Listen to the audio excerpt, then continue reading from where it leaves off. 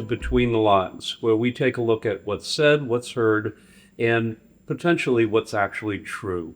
I'm Steve Lombardo, your host, and I'm the CEO of Advacacy. Today, we're fortunate to have with us Greg Crist. Greg is the Chief Advocacy Officer and Head of External Affairs for AdvaMed. AdvaMed is the top trade association representing more than 400 global medical technology companies. Greg, it's great to have you with us. Yeah, Steve, appreciate it. Yeah. Tell me about your journey. You started out in politics and public relations, and now you're one of the top lobbyists in Washington, D.C. How did you get here? You know, it's funny. When I started, I didn't really have any desire to start in the media. I was a traveling press secretary for the governor of Virginia. The chief of staff, Jay Timmons, who's now head of NAM, was the chief of staff to the governor. He asked me on the blue one day to travel with the governor. He said I can get 400 volunteers to do that. I was 22 years old, and I said, what makes you think I can do it? He's like, I don't know, let's give it a shot. Next day, took my first ride in a state helicopter, and we took off. So I didn't really have that much interest in the media until I started to see the role it can play and the impact of public affairs, which I didn't know the term at the time, but just media interactions of a principal, elected official statewide, and to see the influence and role. And then sort of my interest and desire to learn more and to grow in that field just took off. It was exciting. So what's interesting about your career is the combination of communications and what we'll call lobbying or government relations. How did this come about? I was perfectly fine staying in the public affairs space. But then I realized, you know, in the GA side, we're not exactly splitting the atom, right? I think in our world, Steve, today, and I call it impact advocacy, right? I think I can come in with a compelling message, a compelling thought, and flood the waves, if you will.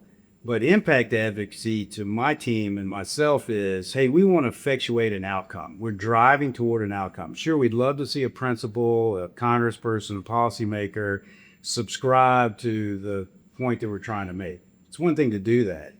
It's another to actually have a hearing, a regulation, a law, a bill introduced. That's what I mean by impact advocacy, and that's really been exciting. And that takes a story through public affairs, if Farrell does that very well as the understanding of how Congress or that policymaking apparatus works, and to bring them together. That intersection is exciting, and that's sort of what keeps me driven through the years. So looking at through the lens of communications, how much is public policy being affected today? I love this phrase, the oldest technology still reigns, and that is storytelling. Humans are feeling machines that think. They're not thinking machines that feel. So if they're feeling machines, the most compelling way to reach them and to cut through that otherwise political white noise that permeates this town and across the country, particularly in social media and the advent of every other facet of media, because it's more demand-driven today, right? It's not supply-driven. So if you take all that together, the calculus, it's still storytelling. What this town seems to be is that is a surplus of information and a deficit of attention. So if you can tell a story and you can appeal in a thoughtful way, you're probably going to garner their attention. How are we arresting the attention of the policymaker, of the regulator, the lawmaker, and really cause them to think about? Because when you think about healthcare, we did a study one time that said in an average week, you're looking at 17 to 24 lobbyists in the office of one member of Congress in healthcare alone, 17 to 24.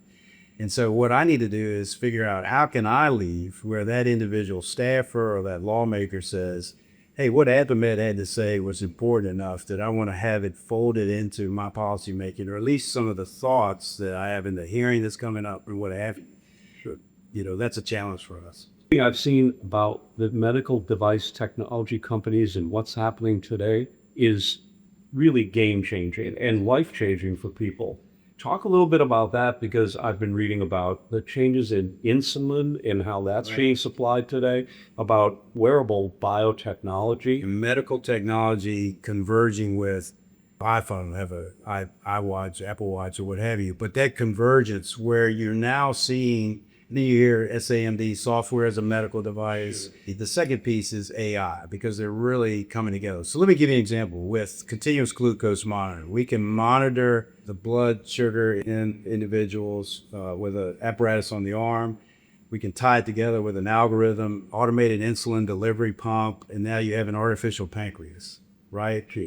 Which is incredible technology. And AI has allowed us to do that. So all of these technologies, and what we're seeing, Steve, is frankly, maybe where the innovation is outpacing the regulation. Innovation is outpacing payment models with the government. Government pays half of all healthcare bills in this country through Medicare and Medicaid. So at AdvaMed, we're challenging ourselves and our members are challenging us. MedTech alone has added 5 years to the lifespan of an average American since 1983. 5 years. So what we're trying to do, in 173,000 surgeries every day in this country, 10,500 babies born every day in this country, none of them takes a breath without MedTech.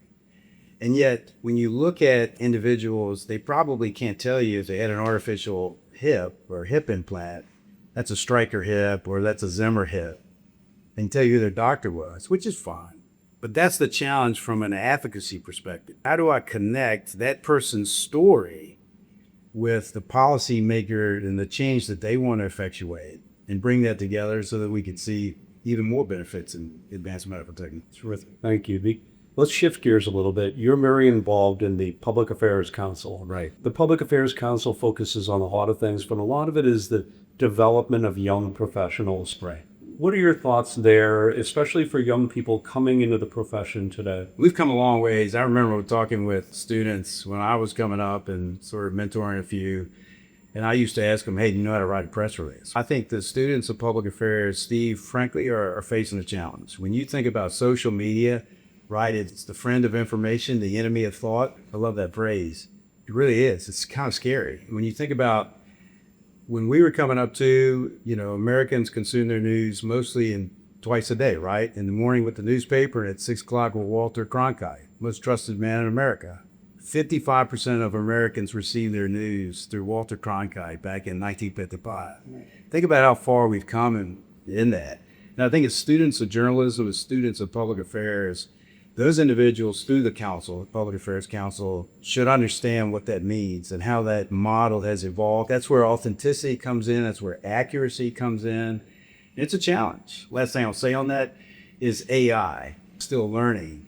But the more I learn and am exposed to it, I find that there are some fundamentals and some basics, some core grounding that we can inculcate into these individuals, as well as those more junior staffers and member companies, right? We have several thousand members at the Public Affairs Council, Fortune 500 companies and what have you. If we can instill in them that sense of the basics to where they can thrive and they can advance their own companies and their own messaging, we've done a nice service.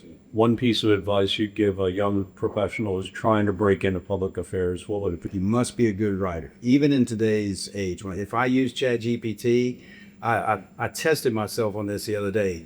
I wrote a 500-word entry or query seeking a 700-word output. And that product was a lot better than if I had just shot a 30-word query into the machine, if you will. So writing is one, really knowing how to edit. And second, in what we're doing in public advocacy, public affairs, you need to have a strong political IQ. You need to know why Chuck Schumer matters. You need to know who Hakeem Jeffries is. You need to be able to name all 9 justices on the Supreme Court. Because if you can put that in the calculus, you'll better understand public affairs. That's terrific. Greg, thank you very much. Really appreciate it. Enjoyed it.